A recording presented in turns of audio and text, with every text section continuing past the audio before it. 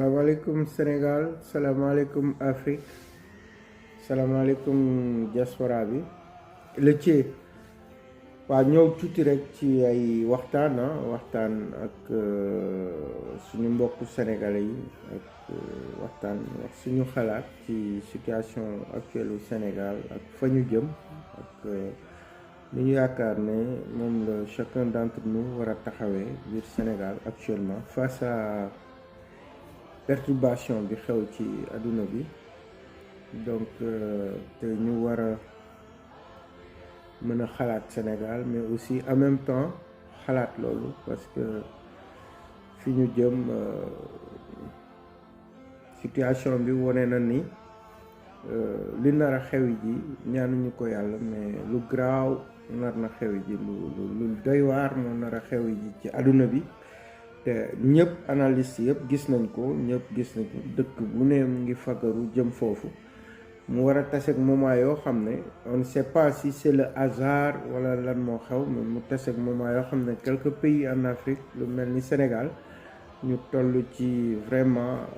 fi ñu war a xalaatee seen économie mu am ay ressources yu bari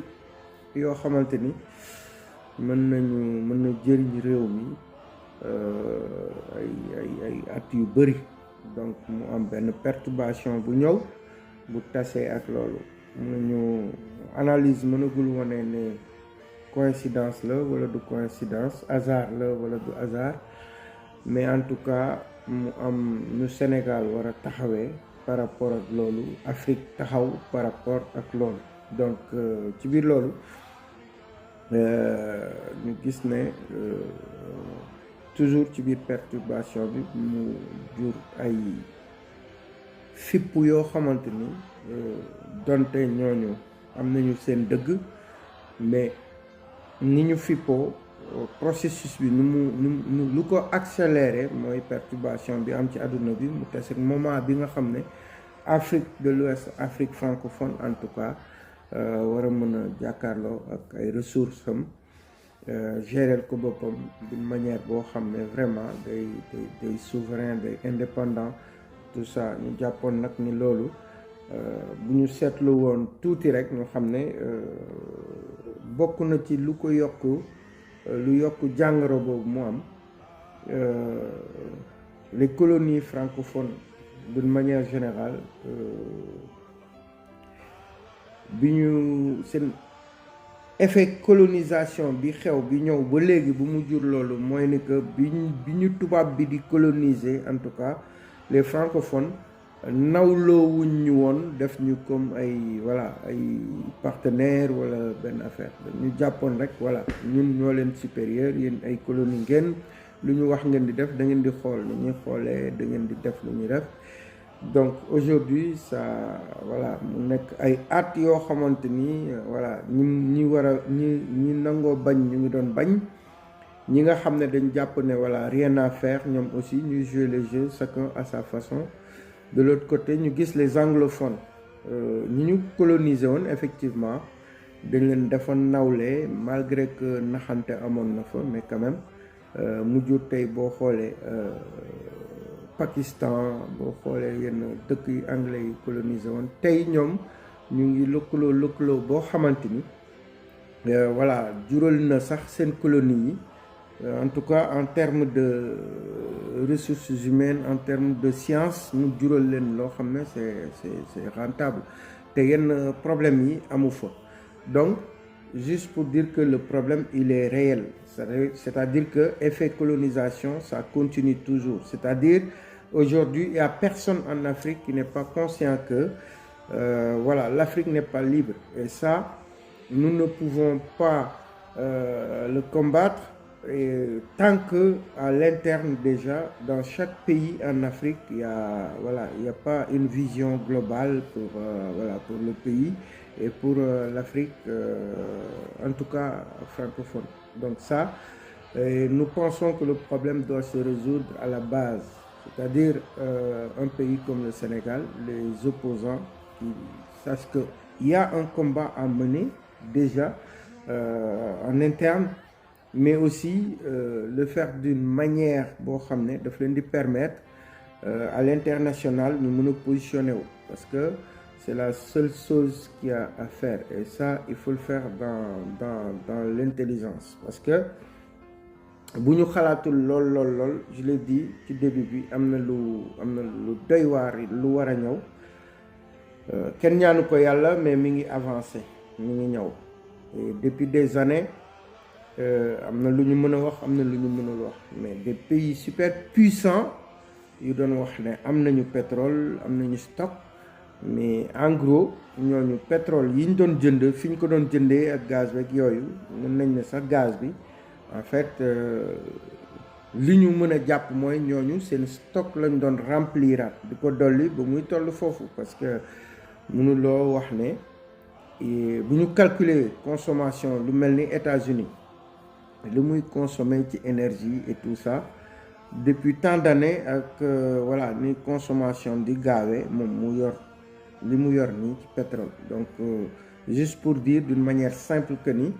am na ñu yeewu woon di jël énergie boobu di voilà di remplir seen stock parce que ñu ngi doon xaar benn jour loolu permettre leen tey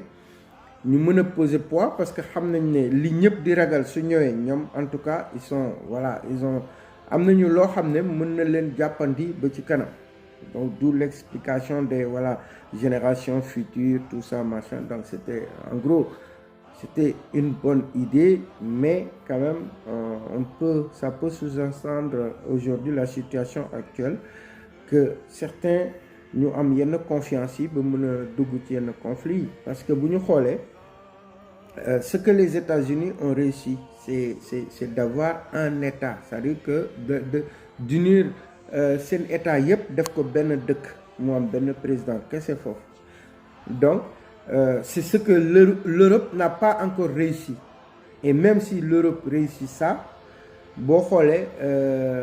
capacité en tout cas même bu ñu jëlee en termes de population même suñ ko jëlee tey duñu population yi du tolloo ak les États-Unis donc ce qui veut dire que ni le poids est là ça pèse et que les États-Unis aussi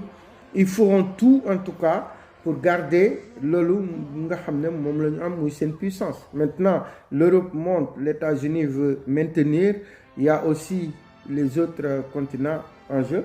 et toujours l'Afrique continue à dormir parce que voilà si tu construis pas si tu fais pas bien les fondations ben voilà tu montes mais au bout d'un moment ça tombe et c'est ce qui est en train d'arriver en Afrique et nous pensons que voilà la seule solution c'est de résoudre le problème à la base et pour résoudre ce problème-là il faut tout Africain tout un chacun partout où tu es que tu penses que tu saches que toi tu es quelqu'un de très important pour l'Afrique que tu peux beaucoup pour l'Afrique donc avoir une vision pour ton pays mais aussi pour l'Afrique parce que si on sauve l'Afrique on sauve notre pays et c'est la seule solution à faire parce que face à ces puissances-là on ne pourra jamais être souverain on a beau dire voilà monnaie africain monnaie machin mais mënul nekk parce que lu tax mënul nekk mooy bu ñu xalaatee ne voilà man maa war a falu Sénégal opposant la waaw ñu ngi may xoqatal ma xalaat que sama dëkk dinaa dem ba toog soxla par exemple un Assimi Goïta wala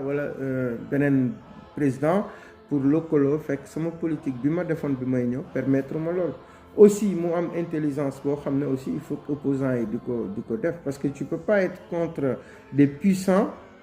des puissances yoo xam ne yow nee nga ñoom ñooy décider sa dëkk il faut que ça s'arrête yow jëlagoo pour stopper ko nga bëgg leen contre donc tu vas jamais accéder au pouvoir ce qui amène certaines bavures des fois dans certains pays en Afrique et ça c'est un petit peu c'est moins bien pour l'Afrique donc voilà ñu jógee foofu ñu wax tuuti ci situation actuelle politique au Sénégal parce que aujourd'hui on a vu que voilà même voyage yi président de la République du Sénégal def à travers partout dans le monde. On pense que voilà, mais il faut être conscient qu'il y a quelque chose qui se prépare dans le monde entier et que voilà, tout président bu conscient ci loolu foog nga tukki foog nga lijjanti mais li ñuy def impact bi dafa war a feeñ ci dëkk bi. Pourquoi? Parce qu'aujourd'hui on pense que entre guillemets il y aura des opposants qu'il faut amnistier au Sénégal et nous pensons que le projet est en cours. Maintenant il faut une opposition réfléchie au Sénégal parce que pour éviter des cas comme voilà on ne le souhaite pas, Mali et tout ça, parce que si nous disons exemple juste du coronavirus, on sait que maintenant, ce fait qu'un mode opératoire, là, les gars, ils savent par où passer pour voilà, neutraliser voilà, tout un continent, alors que l'Afrique continue à dormir. Même si, entre guillemets, on parle de la bombe du pauvre, voilà, ceux qui m'entendent savent ce que voilà. Malheureusement, je ne peux que insinuer, mais voilà, ñi may waxal xam nañu déjà et voilà li ma bëgg a wax. Donc toujours est-il que l'Afrique est en danger. Voilà, je dirais pas que le Sénégal est en danger parce que voilà, le Sénégal fait partie de l'Afrique, mais c'est pas il faut pas le prendre léger parce que qui dit pétrole voilà, qui dit pétrole dit gaz, voilà, xam nga déjà enjeu bi. Maintenant il faut pas qu'au Sénégal ñu dëkk ci wax rek jàpp ne wax la rek bañ a xalaat ne mbir moomu dëgg la. Ça crée des guerres, ça crée beaucoup de péripéties ci yenn dëkk yi. Donc nous ne sommes pas à l'abri au Sénégal, mais pour l'instant di wax opposition bi qui soit plus responsable, plus mature et que am nañu lu ñuy xaar loo xamante ne bu ñu yàlla dimbalee ba mu bañ a am ñu sant yàlla ñu concentré wu waat suñu Sénégal lu ñu neex def. Mais pour l'instant il faut que toute l'opposition continuer opposé wu mais en même temps bàyyi xel ne dañu war a dooleel njiitu réew mi Sénégal parce que am na li ñuy ragal bu fekkee dem na ba xew ñëpp dinañ delluwaat nekk benn. Donc nañ ko anticiper pour que loolu bu ñu ci yàlla nañ ci yàlla musal bu ñu fa eggee ñu mën a nekk ci dëkk bu fort dëkk boo xamante ni vraiment ñëpp jàppante nañu pour mën a jàkkaarloog loolu. Parce que bàyyi force dafay am économie ci monde bi dafa perturbé wu et que voilà on a vu da ngay dem benn restaurant wala nga dem Sénégal. ñu wax la ne la voilà gaz bi dafa cher parce que guerre bi am na Ukraine. Posez-vous la question pourquoi benn dëkk voilà donc pourquoi benn dëkk. Pourquoi aujourd'hui on nous dit que l'Arabie Saoudite par exemple ku ñu yaakaaroon ne vraiment voilà wala yenn pays Qatar yi am nañ pétrole mais en fait ñoom dañ doon jëndi ji pétrole ci Poutine ñëw jaay ko américain yi kon naxante amoon na ci biir. Donc c'est un jeu très très compliqué et il faut être lucide pour pouvoir analyser tout ça et c'est am na yoo xam ne bu ñu ko waxee nit yi mën nañu yaakaar effectivement ki nekk voilà ki nekk Sabodala mu ngi gis or baa ngi génn mu ngi tal kii moom xam nga moom mënul comprendre boo koy wax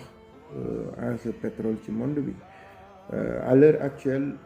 on sait que vraiment en Europe ici, ça se voit partout. Et partout, les faibles, ce qu'on pense être faible, ce qu'on pense pouvoir nax leen, c'est l'Afrique. Et aujourd'hui, l'actualité, c'est où? C'est au Sénégal. Donc pourquoi les Sénégalais, au lieu de penser à ça, à cette chose énorme, on pense juste à accéder au pouvoir jusqu'à oublier notre propre l'avenir de notre propre pays. Voilà. Donc di wax ne opposition bi préparez-vous à vous unir parce que on pense que bu ñu yàlla jàppalewul lool doo leen am jotu li ngeen di xalaat. Donc dès maintenant ñu sàkku ci yéen jàppante wala demante ci xel parce que même si aujourd'hui ñu amnistier Karim Wade, Khalifa Sall, tout ça, peut-être voilà, c'est bien, c'est bien parce que nit ku ne bëgg nga libre, bëgg nga am say droit, mais voilà, nañ xalaat aussi que ne est-ce que c'est pas des pressions pour voilà, pour des perturbations encore plus dans notre chaîne politique, alors que voilà, opposition bi mën nañ dajalo parce que kenn rek mooy mën a falu Sénégal et que on nous a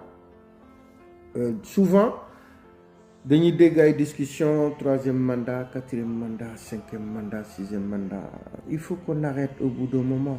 C'est des textes, ils ont été écrits, c'est des lois, c'est des gens qui ont réfléchi, même si les textes ont dit ça, alors que voilà, l'initiateur déjà qui a poussé le projet de loi qui a été voté par l'ancien président Wade, mais Macky Sall, c'est pas pour rien qu'il l'a retouché, qu'il a verrouillé ces articles-là, parce qu'il est conscient qu'il ne faut pas faire plus de 2 mandats. Donc, s'il dit ça, c'est que vraiment, au moment où il le dit, il le pense. Donc, il l'a dit. Jusqu'à présent, il n'a pas dit autre chose. Pourquoi nous, on se concentre sur ça? Oui, il va le faire ou il va pas le faire. Donc, pour moi, et pour des intellectuels et tout ça, il faut éviter de vous disperser. Même si, voilà, c'est de la communication, c'est de la politique. Aujourd'hui, nous ne sommes plus à cette... voilà, il faut qu'on dépasse tout ça, qu'on soit conscient de la perturbation qu'il y a actuellement dans le monde entier et qui peut prendre d'autres tournures qui n'arrangeront pas tout un continent entier. Et donc, chaque pays doit se concentrer. Et pour se concentrer, chaque pays a besoin de ñëpp xalaatkatam yëpp ñëpp képp kuy def économie képp ku xam même dans le social voilà sociologie tout ça ñu mën a concentré wu def comme yeneen dëkk yi préparé wu au cas où même si yàlla dinañu musal ci au pire ñu préparé xam ne lii bu xamee parce que aujourd'hui ñaanuñu ko yàlla bu am na lu fi amoon amaat fii ñuy tudd wala ay guerre mondiale ay nangam. Pourquoi on pense que ça ne peut plus se reproduire? Après, il y en a, ils vont se dire, ah, qui lu mu wax rëy na guerre mondiale, qui lu muy souhaité dëgg la mais nañ ko xalaat parce que bu fekkee war na am nous sommes très petits pour empêcher ça. D'ailleurs, on nous écoute même pas. Le monde entier pense que oui, en Afrique, voilà, on peut venir coloniser woon nañ leen mën nañ ñëw naxaat leen defloo leen parce que bu ñu soxlaa defar xaalis ci ñun la ñuy ñëw bu ñu soxlaa defar train ñun la ñuy ñëw lépp Afrique boobu gisuñu toujours muy produire muy jàppale en tout cas voilà ingénieurs yi moom pour voilà pour produire loo xam ne day autonome donc ça c'est un problème et c'est des bombes anti-souverains qu'ils ont mis en Afrique et si jamais il y a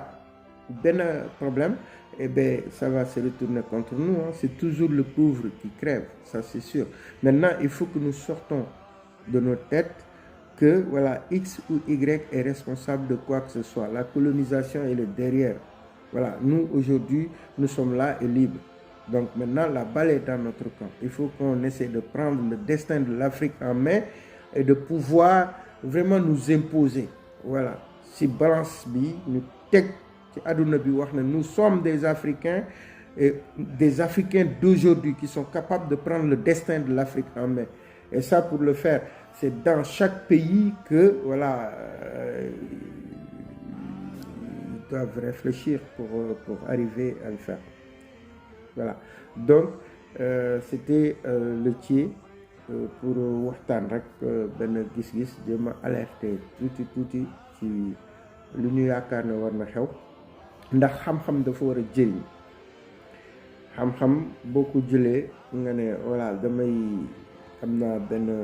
ouverture pour def lii pour sama bopp dafa xam-xam boobu dafa la war a wan ne la yow sa bopp kese boo desoon ci àdduna sa des du jëriñ dara donc foog nga des ak waa àdduna bi donc Sénégal opposition bi nañ xam ne bu ñu xeexee pour dem ci nguur gi te nguur gi eggagul mandaam jeexagul am na loo xam ne bu xewee ci diggante bi ñoom ñëpp dañuy bokk ñàkk parce que kenn dootu ko tal te ka ñuy xañ mandat bi mooy toogaat ba loolu jeex ñaata at lay jeex kenn xamu ko kon nañu dem ci opposition bi ak xel ñi ñu war a amnistier bu ñu leen amnistier ba ñu ñëw ñu xam ne fekk nañ fi opposition ñu jéem a xool nu ñuy lëkkaloo pour liggéey parce que ñëpp mënuñu bokk falu te géewu politique Sénégal ñëpp gis nañ ni mel ni déjà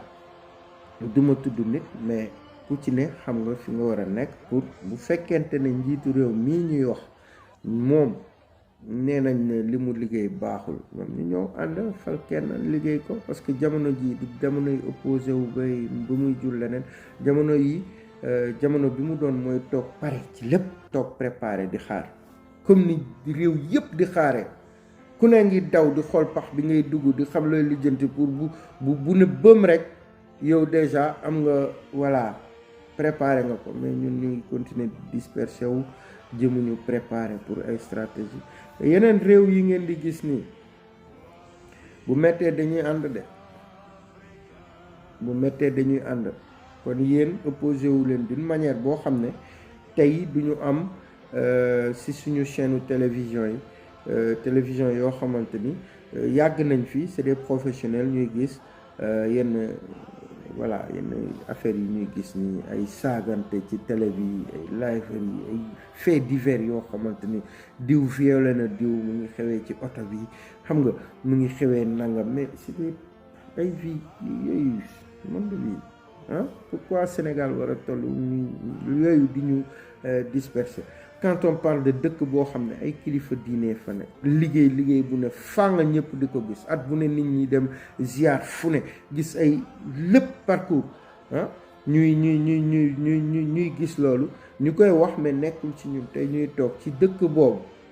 chaîne télévision boobu leer na la ne yéen bu dëkk bi jaxasoo ngeen ne kilifa diine yi nañu wax mais boo leen jëlee seen télé yi toog ngeen di bàyyi émission yoo xam ne ñooñu fa ñu toog seen biir kër yi mën nañ gis loolu di xew ci télé bi déjà amul yar amul teggin